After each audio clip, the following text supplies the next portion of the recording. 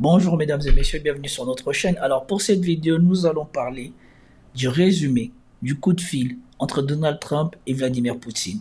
Bien évidemment, c'est avec les conséquences de ce que je vous ai dit dans ma vidéo sur les bombardements qui ont repris à Gaza. Commentez, likez, partagez pour me soutenir et soutenir la chaîne. Sans plus tarder, nous passons aux vidéos. Alors pour ce faire, nous allons suivre une vidéo de France Info qui s'intitule « Vladimir Poutine, le maître des horloges ». Et vous revenez bien sûr, François, sur cet entretien téléphonique donc il y a quelques heures entre Donald Trump et Vladimir Poutine à propos de l'Ukraine. Et comme dans toute négociation, puisqu'il s'agit d'une négociation, il y a donc pour vous un gagnant et un perdant. Oui, et je dirais même qu'il y a un grand gagnant, c'est Vladimir Poutine, qui n'a rien concédé, ou presque, et qui a montré qu'il a tout son temps. Il y a un perdant, au moins en apparence, Donald Trump, et un grand perdant, Volodymyr Zelensky, qui se marie. Voilà. Et moi, j'arrête déjà ici pour dire que ça, c'est non seulement la matérialisation de ce qui est que moi j'ai dit, mais parce que comme moi, je ne suis pas une référence dans la matière, de ce que Emmanuel Todd avait déjà annoncé et que je peux vous remettre ici encore un extrait. Parce que je sais que tout le monde est dans l'ivresse de l'hyperpuissance de Trump en tant qu'individu magique, etc.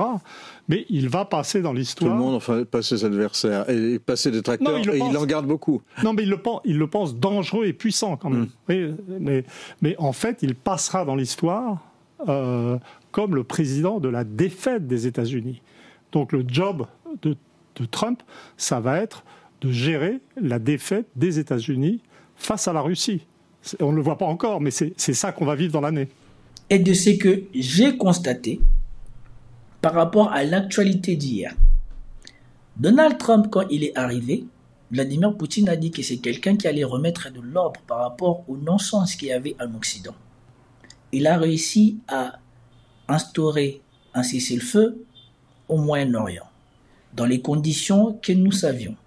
J'ai déjà fait une vidéo ici qui a montré que Netanyahou refusait que le processus mis en place pour le cessez-le-feu passe à sa deuxième phase. Et ils ont repris le blocus de Gaza. Ils ont ramené la situation humanitaire de Gaza à ce qu'elle était avant les accords de cessez-le-feu.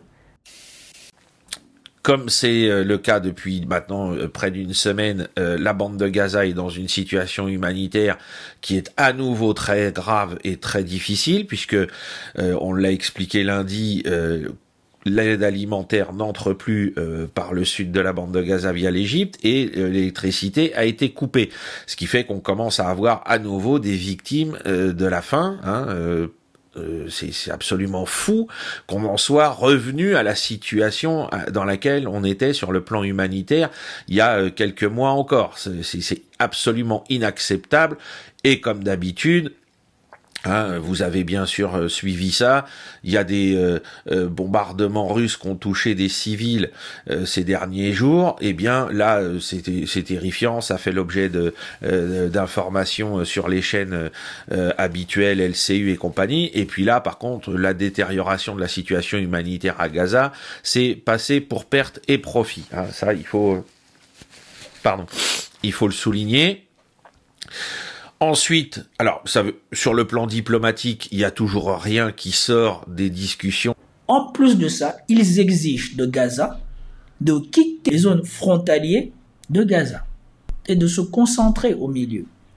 Par-dessus tout, la porte-parole de la Maison-Blanche est venue dire que les frappes que les Israéliens ont menées dans la nuit de lundi à mardi étaient avec l'accord de l'administration américaine. Well, the Trump administration and the White House were consulted by the Israelis on their attacks in Gaza tonight. Et dans certaines publications, nous attendons que les Israéliens disent que ces frappes ont été menées sous l'accord exclusif de Donald Trump lui-même. Voyant que Donald Trump contribue lui-même à bafouer le cessez-le-feu que lui-même il a mis en place, au profit de celui qui était en train de bafouer le cessez-le-feu contre le plus faible, que pensez-vous qu'il allait obtenir de Vladimir Poutine?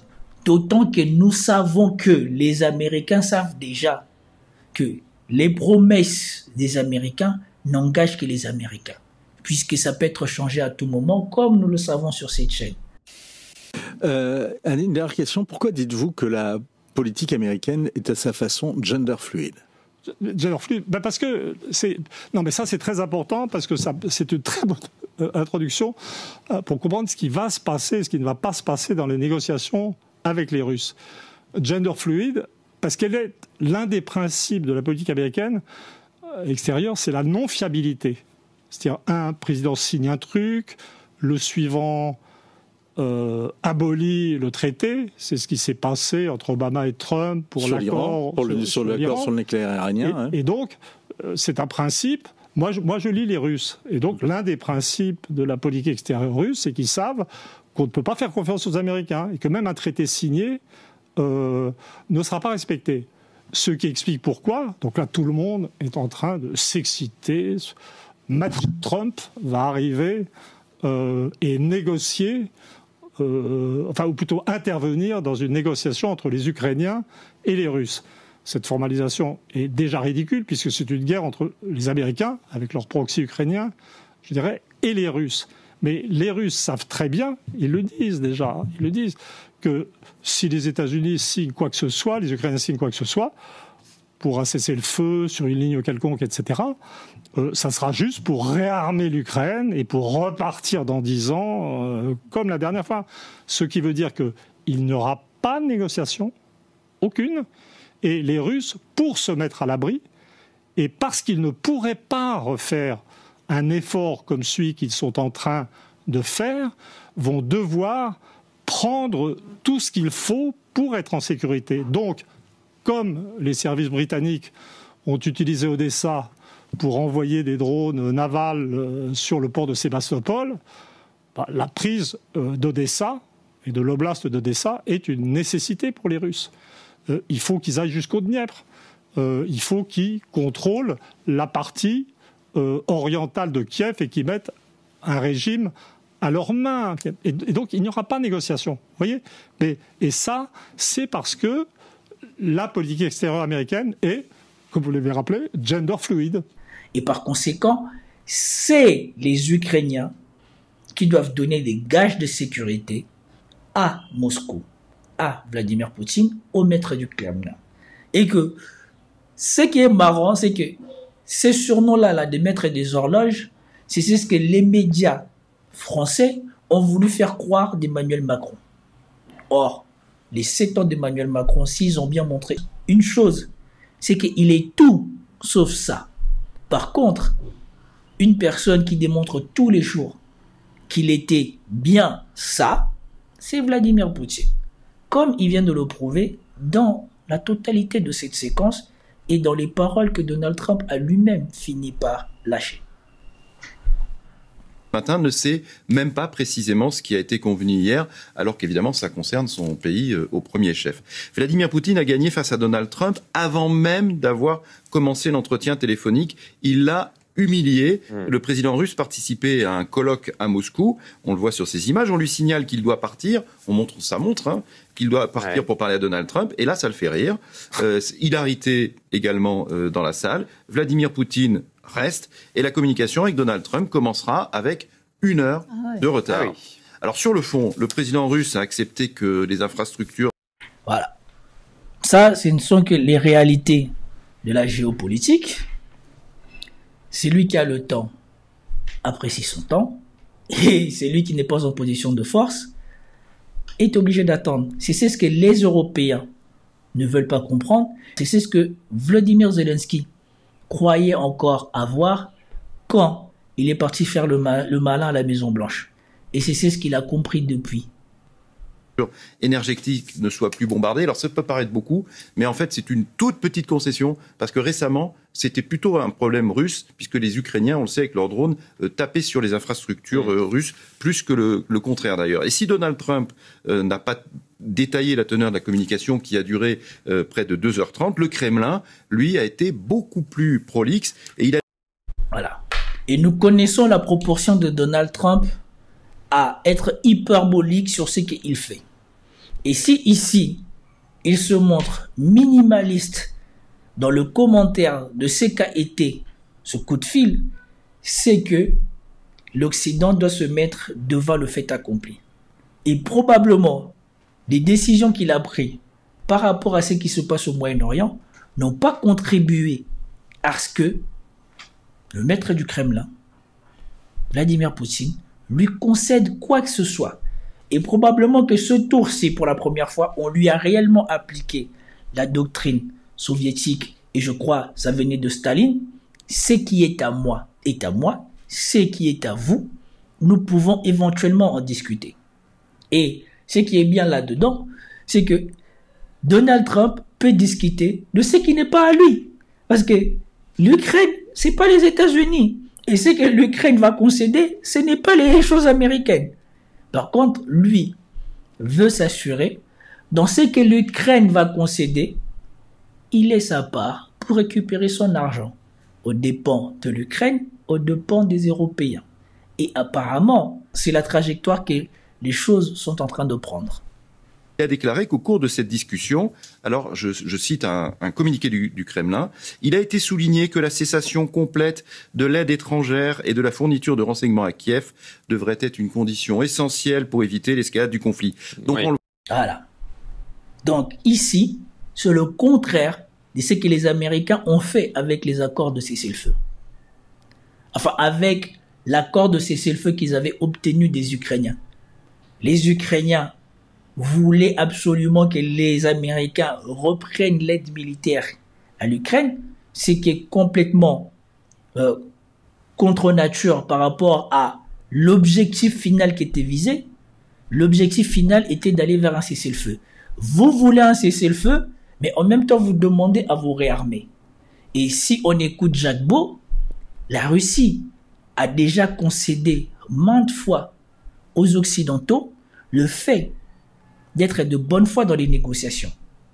Ça s'est fait dans les accords de Minsk et ça s'est même fait dans les premiers accords de paix que Boris Johnson a fait capoter. Là encore, les Occidentaux et les Ukrainiens avaient demandé aux Russes de se retirer des positions avancées qu'ils avaient à l'intérieur de l'Ukraine, et à peine ils avaient retiré, Johnson venait pour dire que désormais on va battre les Russes sur les terrains, et il nous inventait Boucha. Et ce tour-ci, vous voyez qu'il n'y a aucune concession. Le cessez-le-feu, les Russes ont déjà fait cette expérience. Ils l'ont faite en septembre 2014 avec les signatures de Minsk 1, où il y a aussi eu un cessez-le-feu. Et puis là, je rappelle que septembre 2014, ça a été la défaite d'Ilovaisk, qui a poussé les Ukrainiens à demander une négociation avec les rebelles. On est arrivé à Minsk 1. Quand les Ukrainiens se sont remis sur pied, ils ont repris les combats. Et puis, les combats ont continué jusqu'à la défaite de Debaltseve en février 2015, qui a poussé à la signature de nouveaux accords de Minsk. Et, comme l'ont avoué eux-mêmes Petro Poroshenko, Volodymyr Zelensky, Angela Merkel et François Hollande, les accords de Minsk n'ont été signés que pour donner le temps à l'armée ukrainienne de se réarmer.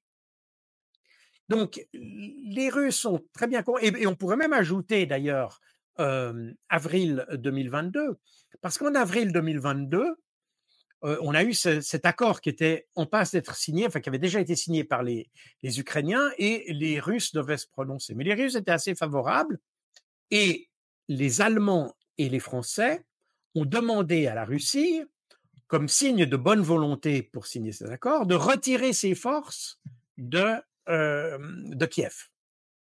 autour de Kiev. Et c'est à ce moment-là, les Russes, en signe de bonne volonté, pour montrer une sorte de mesure de confiance, d'une certaine manière, les Russes ont accepté et se sont retirés de la région de Kiev. Eh bien, à peine il s'était retiré que Boris Johnson est arrivé, il a demandé à Zelensky de retirer sa proposition et les combats ont recommencé. Par conséquent, les Russes sont habitués à ces situations où on leur demande d'arrêter le combat parce que ça va mal pour l'autre, et puis ils le font de bonne grâce, et puis à peine les autres sont remis sur pied que tout recommence, et puis on fait comme si rien ne s'était passé. Donc les Russes se sont fait avoir à plusieurs reprises, et maintenant, c'est niet. Et ici, il est tout à fait, si vous y réfléchissez, il est tout à fait logique pour les Russes de demander à ce qu'on ne donne plus de l'armement à l'Ukraine. Et c'est exactement en accord avec ce que Sergueï Lavrov disait.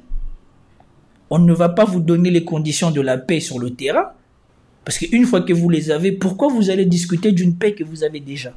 On ne va pas permettre à l'Ukraine d'avoir les conditions de se battre et de vouloir la paix, quand on leur donne les moyens de pouvoir continuer à discuter la paix qu'ils veulent. Et donc, s'ils veulent la paix, il faut qu'eux-mêmes aient plus envie de cette paix que d'envie de se battre. Et cela passe par le fait d'arrêter d'armer l'Ukraine. Quand ils verront qu'ils ne peuvent plus se battre, ils sont contraints de faire face à la réalité et d'accepter ce qu'il faut pour aller vers la paix. Et donc ici, vous voyez, la Russie a appris. Et surtout, la Russie, c'est celui qui avait le temps. Parce que quoi qu'il arrive, Donald Trump, il a un temps limité. Quoi qu'il arrive, Donald Trump veut passer à autre chose. Il veut récupérer l'argent et essayer de faire face à la montée de la Chine. Et surtout se détacher de la remorque, la caravane des idiots, des losers, l'Europe. On le voit, Vladimir Poutine ne cède rien. Il veut que les Américains et les Européens abandonnent l'Ukraine. Sinon, il estime que non seulement la paix ne sera pas possible, mais en plus, il se montre à nouveau menaçant. Donc Vladimir Poutine... Je ne sais pas en quoi il se montre menaçant, mais nous avons vu comment le front de Kursk s'est effondré en quelques jours. Et je pense que ça a dû mettre l'effroi à toute l'Ukraine et à tous les Ukrainiens et à l'armée ukrainienne. Puisque si là où, soi-disant, on avait mis les meilleurs soldats, même si on en a retiré une partie ou pas pour stabiliser le front à Pokrovsk, et que surtout, ils font ce que Vladimir Poutine leur a demandé. Ils mettent une zone tampon entre la Russie et l'Ukraine dans cette zone-là, et que maintenant, ils vont se reconcentrer sur le Donbass. Eh ben, j'attends de voir dans les prochaines semaines si l'Ukraine continue à s'entêter et à ne pas vouloir signer un cessez-le-feu ou à se diriger vers la paix. Est-ce que les paroles de Xavier Titelman qui disait qu'il faudrait 3 ans à la Russie pour prendre le Donbass vont se réaliser ou non? Le Donbass tiendra-t-il 3 ans ou s'écroulera-t-il comme Kursk?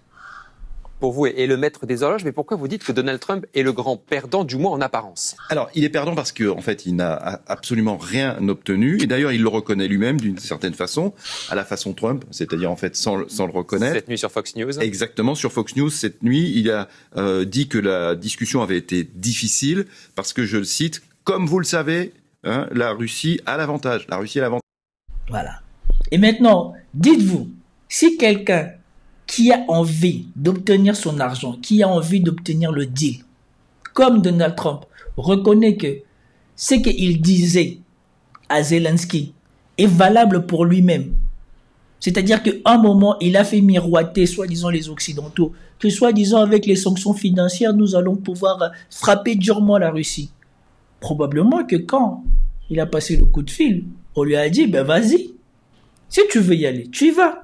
Mais nous, on ne reculera pas.